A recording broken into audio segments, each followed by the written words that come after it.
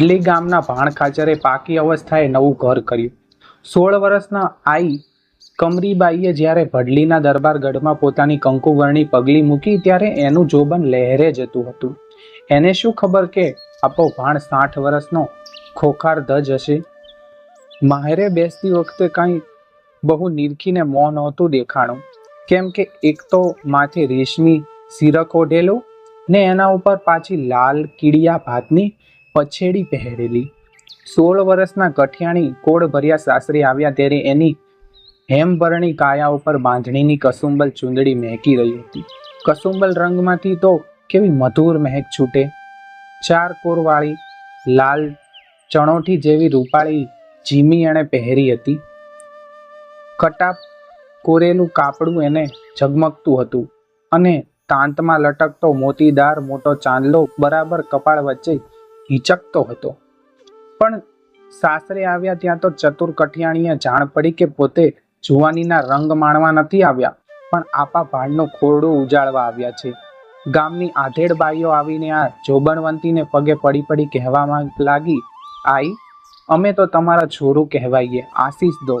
ગામને ઘેર ઘેરથી જુવાન વહુઓ આવીને પગે પડવા લાગી. કોઈ પોતાના છોકરા આવીને પગે લગાડવા લાગી. આપા ભાણના મોટા અમીરો પણ આવીને એને આઈ કહીને પૂછપરછ કરવા લાગ્યા.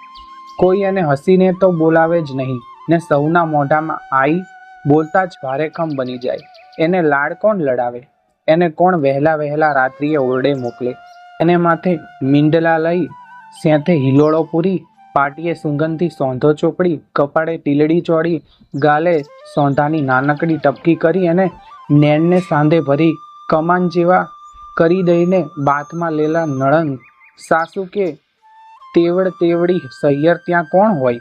હોય તો ખરા, પણ આઈને એવું થાય? 8 પહોર અને 8 ઘડીએ બાપડા તો આઈને બસ આઈ. કમરીબાઈ પોતાની જોબન અવસ્થા ભૂલવા માંડ્યા. કસુંબલ, ભાતીગળ અને સુગંધી લુગડા ઉતારીને એણે બૂઢા વસ્ત્રો ધારણ કરી લીધા. કપાળની તાંત, કાનની પાંદડી અને ડોકના હાર મને કઈ હવે અડધે. હું તો આઈ કહેવાય, એમ બોલીને એણે બધાય શણગાર અળગા કર્યા. ફક્ત સૌભાગ્યના જ એંધાણ રાખ્યા. કાઠિયાણીએ હજી એક વાત હૈયામાં ખટકતી હતી. બોખા સ્ત્રી પુરુષો જ્યારે આઈ કહીને એની સાથે વાત કરતા ત્યારે કાળા મલીર વડે પોતાનું મોઢું ઢાંકીને આઈ જવાબ દેતા. દાડમકળી જેવા 32 દાંતની એણે હોઠપ આવતી. સમજણા થયા ત્યારથી જ દાંતને એણે પ્રેમથી સાચવેલા હતા. એમાંય પરણવું હતું એટલે દાંતને પોથી અને મજીઠને રંગ રંગ્યા હતા. મહેનત લઈને મોઢું રૂડું બનાવ્યું હતું. બીજા શણગાર તો ઉતાર્યા, પણ આ રોયા દાંતનું શું કરવું? લાજી મરું છું, એ એમની રાત દિવસ ચિંતા હતી. એક દિવસ સવારે આપો ભાણ અને બીજા 3-4 મહેમાનો ટાઢી છાશ પીવા બેઠા.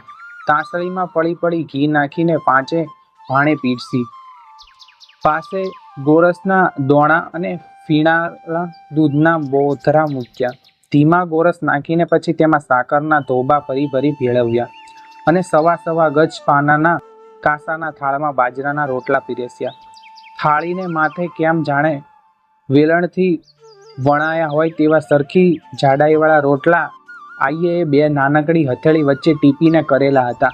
રોટલામાં ભાત પડવા માટે તો આઈએ એક આંગળીનો નખ લાંબો રાખ્યો હતો અને આંગળીઓના વેઢ વધાર્યા હતા, એટલે દળતા રોટલાને માથે ખાજલી, લોરિયું અને સાંકળીની ભાતે ઉપડતી આવે એવી નકશીથી ભરેલા રોટલા તાવડીમાં પકવીને અને ત્રાંબા જેવા બનાવેલા. એવા તે ઊંડા બનાવેલા કે અંદર પોણો શેર ઘી સમાઈ ગયા. આપા ભાણે રોટલો માંગીને બટકું મોઢામાં મૂક્યું, પણ ચાવે શી રીતે? દાંત ન મળે. પોચો રોટલો હોય તો ચોળીને પેઢા વડે ચાવી શકે, પણ આ તો કડકદાર રોટલો. આપાએ મહેમાનોને પૂછ્યું, કાં બા, રોટલો તમને ફાવે છે કે? ઓહો, આપા ભાણ પરોણા વખાણ કરવા લાગ્યા. આવા રોટલા તો અહીં જ ભાળ્યા. કેવી રૂડી 3 ભાટીઓ ઉપડી છે. કેવો દેખાવડો રોટલો છે કે ભાંગવાનુંય મન નથી થાતું. આપા, અમારા આઈ તો રાબ છાશે ભારે ડાયા દેખાય છે. આપા ભાણના ભાગ્ય ચડિયાતા છે. બીજાએ મૂંચો ઊંચી રાખીને તાંસળીમાંથી દૂધ પીતા ઉમેરો કર્યો. હા બા, ભાગ્ય તો ખરા. આપા ભાણ મરકતા મરકતા બોલ્યા. પણ આવા રૂડા રોટલાની મીઠાશ માણવાના દૂધિયા દાંત હવે ક્યાં લેવા જાય? નાનડિયાને કાંઈ ખબર છે કે ખોબાને આવા કકડિયા રોટલા ખાતા પેઢામાં કેવી બળતરા હાલતી હશે? રોટલાની રૂડપ જોઈને હવે આંખ્યું ધરવવી રહી બા. પણ હોજરીની આગ એમ રોટલાને જોયે કાંઈ ઓલાય છે? હશે જેવી સૂરજની મરજી, બીજું શું થાય? મર્મમાં વેણ કહેતા કાઠીને એની જનેતાએ ગળથુથીમાં જ પાઈ દીધું છે. આપો ભાણ સમજ્યા કે જોબનવંતી આઈને આજ બરછી જેવા મર્મ બાણ મારીને વિંધ્યા છે, એટલે હવે તે પૂરી કાળજીથી ભાણું સાચવશે. રાત પડી, ડેલીએ ડાયરો વિખાણો. દરબાર ઉઠીને સુવાને ઓરડે ગયા. આઈ બેઠા હતા, પણ ગઈકાલના ભર્યા ગાલમાં આજ એને ખાડા દેખાયા. આપાએ પૂછ્યું, કાં કેમ વહેલું વહેલું એક દિવસમાં ગઢપણ વર્તાય છે? આઈએ મોં મલકાવ્યો. હોઠ પહોળા થયા. ત્યાં તો આપા બોલી ઉઠ્યા, અર કઠિયાણી, આ શું? મોઢામાંથી તે 32 દાડમ કળિયું ક્યાં ગઈ? પાડી નાખી. આઈએ હસીને જવાબ દીધો. રાતા રાતા હોઠની વચ્ચે કાળું ઘોરું અંધારું દેખાણું. પાડી નાખી?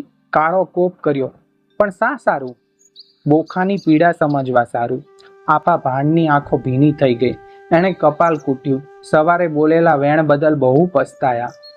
પણ કઠિયાણીએ મોઢા ઉપરથી હસવું ઉતાર્યું જ નહીં, જાણે મનમાં કાંઈ નથી. કમરીબાઈ જીવ્યા ત્યાં સુધી આપા ભાણનું ખોરડું દીપાવ્યું. મર્યા પછી જોગમાયા કહેવાયા. આ વાર્તાના લેખક ઝવેરચંદ મેઘાણી છે અને આ માહિતી સૌરાષ્ટ્રની રસધારમાંથી લેવામાં આવેલ છે.